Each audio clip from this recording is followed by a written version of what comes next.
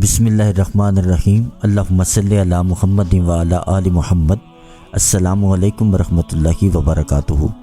वलायत असल में अल्लाह की कुर्बत है। ये वो मुकाम है जहाँ इंसान की दुआएं रद्द नहीं होती। उसके दिल पर अल्लाह पाक के अनवारात नाजिल होते हैं। उसकी ज़ुबान से निकलने वाले अल्फाज अल्लाह के यहाँ कबूलियत का दर्जा पाते हैं।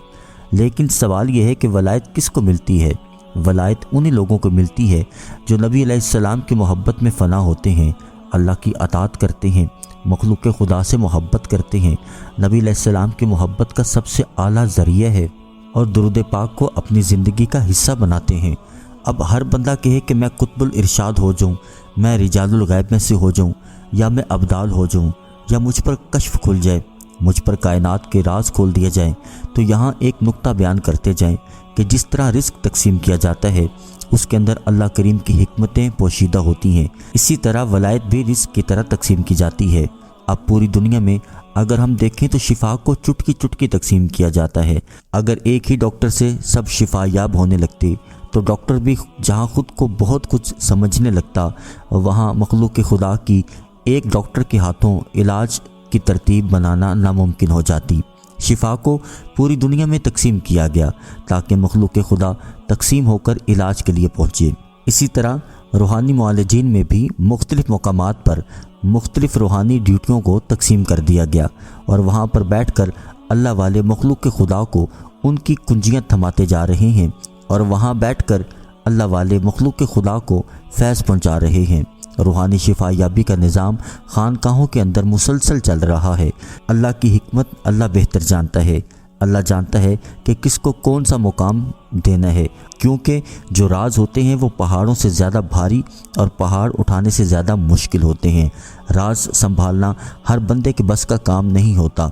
कायनात के अंदर जो राज हैं वो मौजूद हैं जो औलिया कराम के सीनों में होते हैं और हर बंदे के सामने उसको बयान नहीं किया जाता, क्योंकि कहा जाता है कि शरीयत मेंबर से बयान होती है जो हर किसी के लिए है, तरीक़त मसनद से बयान होती है जो हर किसी के लिए नहीं है। मार्फत और हकीकत की गुफ्तगू हर बंदे के लिए नहीं होती, हर बंदे को समझ नहीं आती। इसी तरह हर बंदा ये कहे कि मैं वलियों का सरदार बन जाऊं या करामतों का ज़हूर मुझसे सरजद होने लगे, तो ये इतनी भी सस्ती नेमत नहीं कि हर किसी को अता कर दी जाए। इसके लिए मेहनत करनी पड़ती है, इखलास दिखाना पड़ता है, अपने ज़ाहिरी और बातिनी गुनाह छोड़ने पड़ते हैं, फर्मा बरदारी की इंतहा तक जाना पड़ता है। इसके साथ साथ अल्लाह की हिकमत और इल्म पर यकीन रखकर चलना पड़ता है। दुआ करने में हर्ज नहीं, तलब रखने में मुज़ायका नहीं, लेकिन जिस वक्त अल्लाह चाहेगा अल्लाह उस बंदे को नेमत अता कर देगा। उसका काम है मेहनत करते रहना, कोशिश करते रहना, दुआ करते रहना। दुआ को दुआ तक रखना चाहिए, ज़िद नहीं बनाना। बजाय ये कि बंदा ज़िद लगा कर बैठ जाए कि मुझे ये नेमत हासिल करनी ही करनी है। हो सकता है हमारे अंदर वो सलाहियत ही ना हो, अल्लाह ताला हमसे कोई और काम लेना चाहता हो सकता है अल्लाह करीम हमसे दुरूद शरीफ की नशर व अशात का काम लेना चाहता हो। अल्लाह ताला हमसे ये काम लेना चाहता हो कि तुमने लोगों के अंदर दुरूद इब्राहिमी की, दुरूद शरीफ की मोहब्बत करने के लिए ज़ोर लगाना है, कोशिश करनी है, माल लगाना है, वक्त लगाना है, जान लगानी है, तो ये भी किसी नेमत से कम नहीं है।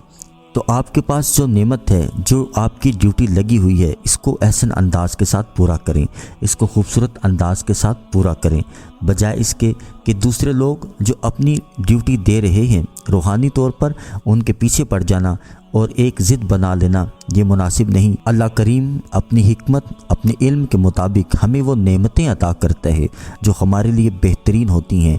वो रब करीम जानता है कि कौन सा बंदा किस काम के लिए बेहतर है या मुनासिब रहेगा। हर बंदे के लिए हर काम नहीं होता, तो इसलिए ये चीज़ें जहन में रखते हुए दुरूद इब्राहिमी का सफ़र करें कि हमने अल्लाह और उसके रसूल सल्लल्लाहु अलैहि वसल्लम की मोहब्बत को हासिल करना है, उनकी रज़ा को हासिल करना है, उनकी खुशनुदी को हासिल करना है। जब अल्लाह और उसके रसूल सल्लल्लाहु अलैहि वसल्लम की रज़ा मिल गई, उनका कुर्ब हमें नसीब हो गया, तो दुनिया की ये तमाम नेमतें कोई मानी नहीं रखती। अगर दे दी जाएँ तो सुबहान अल्लाह, ना दी जाएँ तो उस पर दुखी नहीं होना और अपना दरूद शरीफ का सफ़र जारी रखना है। ये मकबूल दरूद शरीफ है, इसमें किसी किस्म की शक की गुंजाइश मौजूद नहीं। जब अहादीस में फरमा दिया गया कि दरूद शरीफ वो अमल है जो कबूल है, تو ہمیں اس قبول والے عمل کے ساتھ جڑے رہنا ہے۔ جب ہم مسلسل ایک عمل کرتے رہیں گے تو انسان کا مزاج ہے کہ اکتاہٹ کا شکار ہونے لگتا ہے، اس کے اندر اس عمل کی اہمیت کم ہونے لگتی ہے۔ تو اس اہمیت کو آپ نے کم نہیں ہونے دینا، ہم نے یہ سعادت سمجھنی ہے، ہم نے درود شریف پڑھنے کی سعادت کو بڑے احسن انداز سے پورا کرنا ہے، مسکراتے رہنا ہے، محبت کے ساتھ، ادب کے ساتھ اللہ کا شکر ادا کرتے ہوئے درود پاک کا سفر جاری رکھنا ہے کہ یا اللہ تیرا شکر ہے، تو نے مجھے درود ابراہیمی پڑھنا نصیب کیا، درود ابراہیمی پڑھنے کی توفیق دی۔ اس وقت دنیا میں لاکھوں کروڑوں ایسے لوگ موجود ہیں جو روزانہ یہ نیت کرتے ہیں کہ ہم کل سے درود پاک پڑھیں گے، لیکن ان کی زبانوں پر درود شریف جاری نہیں ہوتا، درود پاک نہیں پڑھ پاتے۔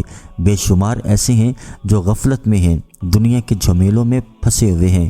ہم تو خوش قسمت ہیں الحمدللہ کہ اللہ تعالیٰ نے آپ کو مجھے درود ابراہیمی پڑھنے کی توفیق دی ہوئی ہے۔ تو اس خوش نصیبی کو لے کر چلتے رہیں، اس خوش نصیبی پر شکر ادا کریں۔ جو خیر اختیاری چیزیں ہیں ان کے پیچھے نہ پڑیں، جلد بازی نہ کریں، درود ابراہیمی کے سفر کو جاری رکھیں۔ درود ابراہیمی کی برکات، اسرار و رموز آپ کو سننے کو ملیں گے، ملتے رہیں گے، آپ کی نسلوں کو بھی اللہ کریم عطا کر کے دکھائے گا انشاءاللہ۔ وہ اللہ کریم بڑا قدردان ہے، آپ کی محنت کو، آپ کی محبت کو ضائع نہیں ہونے دے گا انشاءاللہ۔ دنیا میں بھی آپ کو اس کی برکات ملیں گی، آخرت میں بھی آپ کو اس کی برکات اور خیریں ملیں گی۔ ہمیں اللہ کریم کے فیصلوں پر یقین رکھنا ہے، وہ جو بھی کرے گا ہمارے لیے بہترین کرے گا۔ درود شریف کے سفر کو جاری رکھنا ہے بغیر کسی لالچ کے۔ درود شریف کا سفر محبت کا سفر ہے، درود شریف کا سفر وفا کا سفر ہے۔ اس درود شریف کے سفر کو جاری رکھیں اور مطمئن رہیں۔ ہمیں یہ یقین ہونا چاہیے کہ رب جو بڑا کریم ہے، اس نے ہماری تقدیر میں جو لکھا ہے وہ بہترین لکھا ہے۔ درود شریف کو محبت سے پڑھنا چاہیے، خوشی سے پڑھنا چاہیے، ادب سے پڑھنا چاہیے۔